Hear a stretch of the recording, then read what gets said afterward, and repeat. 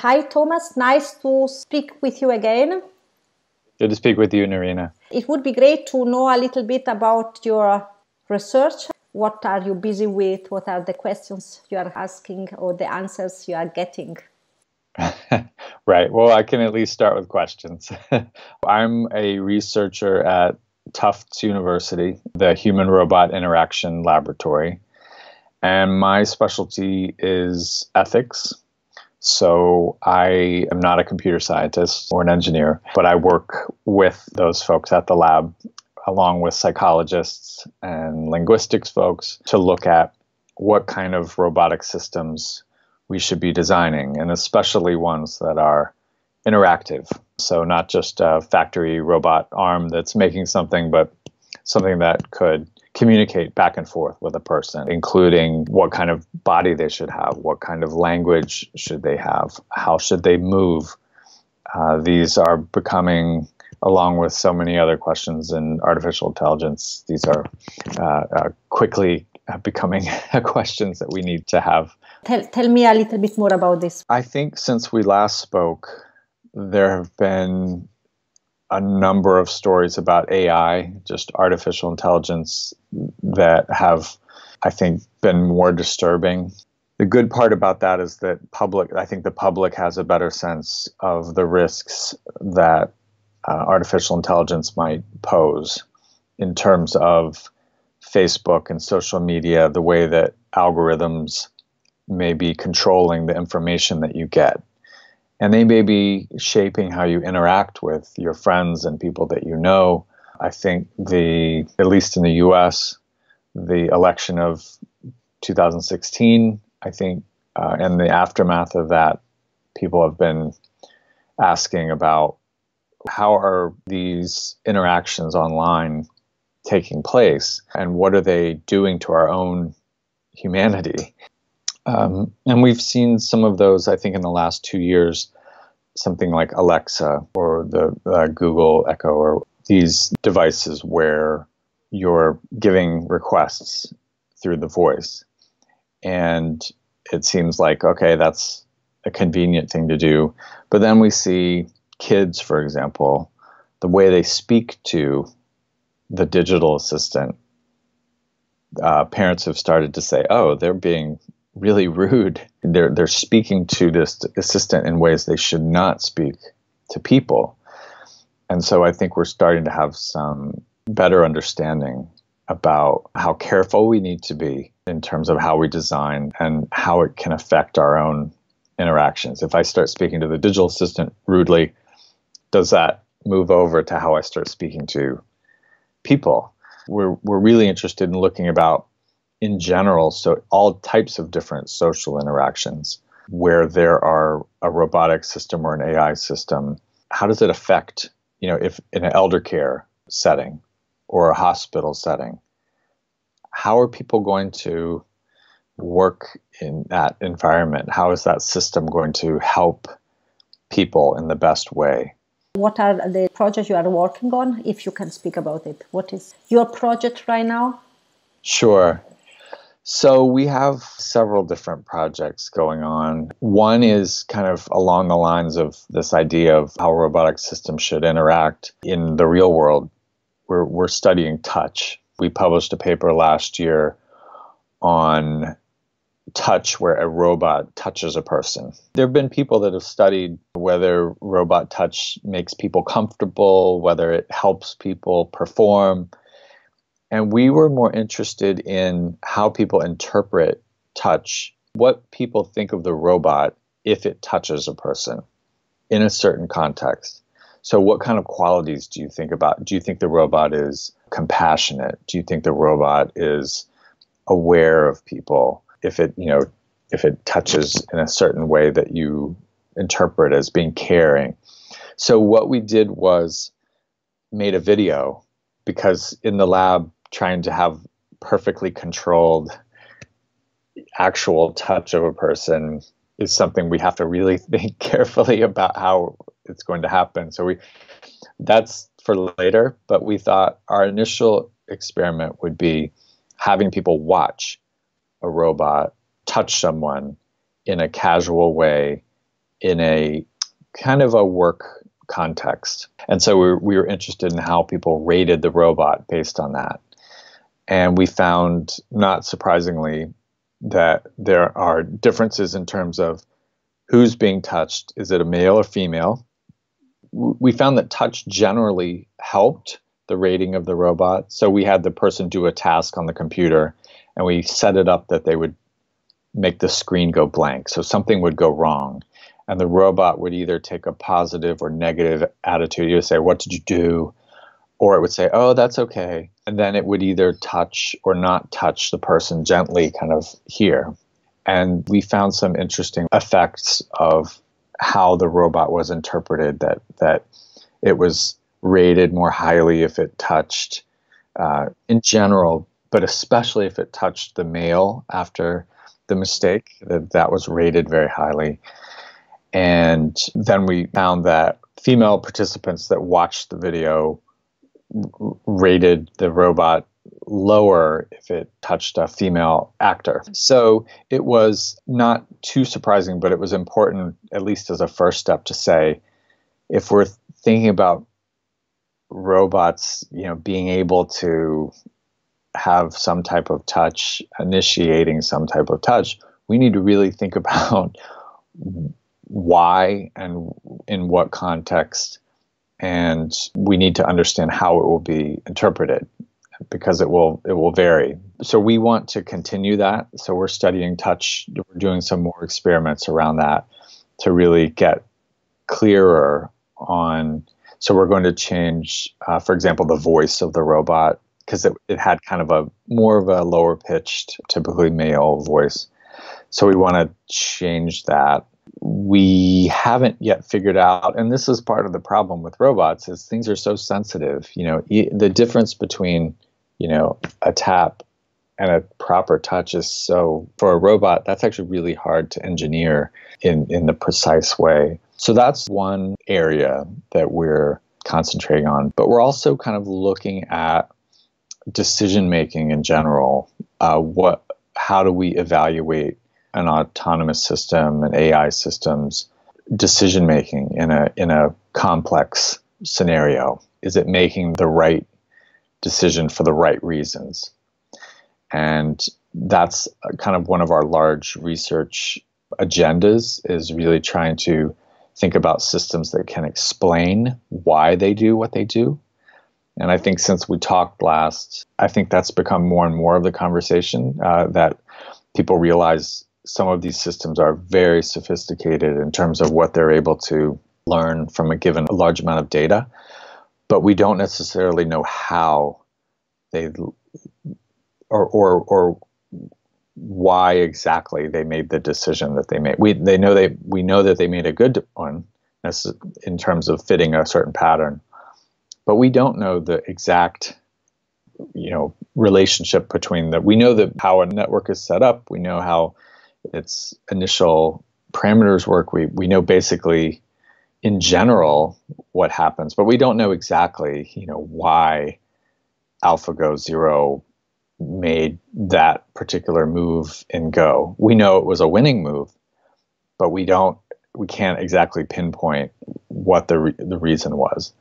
And for some things like Go or chess, maybe we don't care, that we're just interested in having better performance. But for interactive systems where you're dealing with real people in real situations, that's a different demand of, well, why did you do that? If I'm out in the street doing something that could affect many different people in many different ways, it's not enough to say, well, this is just the best decision, because other people have to act in relationship to you. And so we need to have systems that are transparent and offer some accessibility in that way. So we've written some we've continued to write on that, what it would take to have systems that do explain their actions. Really two amazing topics. I will start with the first one, also with the touch. You spoke about the voice. What kind of gender does a robot have? This is the kind of interesting issue of on the one hand, I think we have, because we're, for various reasons, people, once they attribute some type of personhood to a thing, a machine, that's one of the first things that they start making judgments about. And it's not necessarily explicit. In some of the experiments we've done with a Now robot, the Now is a kind of a 3-foot tall robot, very cute, made by a French company, Aldebaran. And you've probably seen pictures of it. It's very commonly used in stories about robots. And some experiment participants just say it's not male or female. But a lot of them do judge either male or female. And so it's this tricky thing of on the one hand, as you're kind of implying, I think, how much do we need to, how far do we go in that respect? At the same time, we see what happen. We see how so many of these gender roles get used. Like, I think there's a reason that Siri and Alexa are female voices. But when you start talking about soldier robots or, these other, even the game playing robots, it's more coded as masculine, and you can see it in some of the representations. So we want to track that. We want to understand that when you actually put a robot in the real world, we want to have a good sense of how people are going to react to it. And that may change over time too. So you want to be able to anticipate that. And I think this goes for a lot of things about robots. There's a question of how far are you, or what's the purpose in trying to imitate or describe the robot in person-like terms. Because when we start getting into, if you say, oh, well, the face of the robot is creepy or disturbing, then we might say, okay, let's make it pleasant. But the face doesn't seem to have any feeling in it. When I say I'm very sad, the face just stays the same. Oh, well, then let's try to make the face more responsive. But then now you've kind of gone onto the line where if a child starts thinking that the robot actually has feelings because you've made it so responsive and you've made it so engaging, now you've maybe gone too far, because people are going to attribute way too much to the robot and think that I can share my secrets with this robot because it understands me. And it doesn't. It just doesn't. So I think we're always, like with gender, like with so many things, that we have these kind of gut level instincts and feelings about. We need to be really careful about just, applying too much or too little to robots. It's going to always be this kind of delicate exercise in having them be effective and serve a purpose, but not to go extend, beyond what they should be about. And that's hard. We've seen it, in lots of technology, that the thing that's going to make you buy it, the thing that's going to make you attach to it, is not necessarily what you wanted it for when you thought you were going to get it. Yeah. And this is interesting because it is exactly the point. But on the other hand, you also just told me that your second research topic, let's say, is this complex decisions making issues, that it sounds a little bit like the system, I name it like a system, or the machine is making independent decisions, or decisions that I cannot understand. And this makes the machine a little bit more like a human. So it's a provocative question, but yeah. Are we seeing that there is something like, right, indeed, something like an independent will or independent knowledge, or I don't know how to name it? It's a a very good question. I mean, I think that's always the dilemma of, so in the case of decision making, when I was just talking about explanation, you could say, well, but explaining a decision means that you might think of the robot as having thought through so many things, and that they are intelligent, and that they need to be trusted. And so I think that has to be treated in the same way, that in the sense that a robot's explanations, or how a robot gives reasons or accepts reasons, doesn't need to be modeled strictly on how human beings do it. It needs to work with human beings in a good way, but it needs to be different in a good way too. That's why we would want a robot rather than just another person, is ideally they should be assisting, not replacing. They should be helping and not just overtaking a role. And so I think this is one thing that we continually try to push back on, because some of the technology commentators say, well, we don't always know why we made a decision. We don't know. We can't always, human beings can't always tell you exactly what was going on in their brain. So why should we expect AI systems to? Well, I mean, for the same reason that human beings can't lift something very heavy, but or when we do try to lift something heavy, we can't guarantee that we won't drop it. But that's no reason to say, well, then machines should be able to lift things without, guaranteeing they can't drop it. No, that doesn't follow. I think we should expect more, and we should expect different. We can expect stricter standards from a machine. We should expect stricter standards on some of these issues. When it comes to playing Go, that's a game, and Go just is about whether you win or not, and that's ultimately what it boils down to. Social interaction is not like that.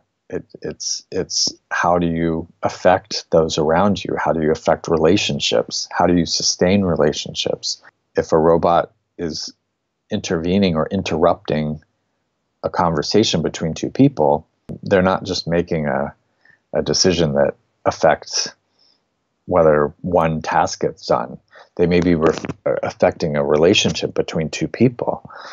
And so in some ways, I think robots are going to have to explain and give reasons in ways that still make it clear this is a robotic system. This decision isn't made the same way we make decisions, where we just say, I don't know, I just feel like something, I just feel like doing that right now. There's really no reason to design machines to have something like that. At least I don't see a reason to other than just people might have fun making a machine to say that, and that it's kind of fun to think about a machine having feelings or daydreaming or something. And that's science fiction. That's fine. We like imagining that. But in terms of, does it really need to? I think we need to, take a deep breath and rethink that. In your opinion, is this an issue? Are we making robots that are better than humans? I think we're making a lot of different systems that will perform tasks in ways that will be faster, more efficient, and more accurate. And then the question is, what are those tasks? And to me, I think there has been, over the last 2 years, there has started to be, I think, some really good work done in really trying to get concrete about where development is happening. Because I think there's a danger in some of the ways in which AI has been represented, that it has been more of a science fiction idea, that there's some unifying way in which these systems are going to coordinate and achieve, whether it's general intelligence or super intelligence, these terms that are thrown out, that it's going to achieve something that you can't turn back, or that there's no way to reverse how much power it has. And I think it helps people start thinking about the scope of all the different ways in which it might affect one's life. But I think its representation is not helpful, because it allows us to look around and say, well, there's no alien force, or there's no kind of big battle going on. I don't see any robots in the street. I don't, I see ATMs and things like that, but I don't, I'm able to have a Skype conversation. I don't see that alien force. Therefore, AI may not be as big a problem. And so what happens is you lose a sense for all the different risks that each of them may be limited, but they distribute and they spread in all these kind of uneven ways, where it's not a unified alien force, but it's just a set of things that have kind of settled on our landscape that we don't have the ability to track, because we're looking for the wrong thing. We're looking for some super intelligent agent instead of looking for a lot of piecemeal, partial tasks and things that are happening, and that are being networked and connected in strange and partial ways, but still powerful ways. So I think we need to really be flexible in terms of recognizing, if we say in China, we recognize the surveillance systems that they are implementing. That's scary. I mean, that I will, say that's something that's concerning. But I think we need to also think about how these other decisions may be getting made in banking or in criminal justice or these other ways. We need to keep track of those as well. We need to keep track of a lot of different things. And so I think what part of our work in the lab is really trying to facilitate and talk with each other of folks like you and elsewhere, that to have more perspectives and to get some better perspectives on all the different ways in which these systems are affecting us, might affect us, and so that we can be a little bit more grounded empirically and kind of connected to some of the boring aspects of AI and robotics, because it can be very exciting and romantic, but a lot of these things are boring. A lot of these things there are people that are behind the scenes that are making it look like this is an autonomous decision when it's not. It's a person that's actually behind it. So we need to kind of have that flexibility to understand that some of the threats are immediate and we can see them. Some of them, it's going to take a while to really sort through what the threat is. Thomas, is there one threat or one aspect that you really think that is the most relevant one that we should think about?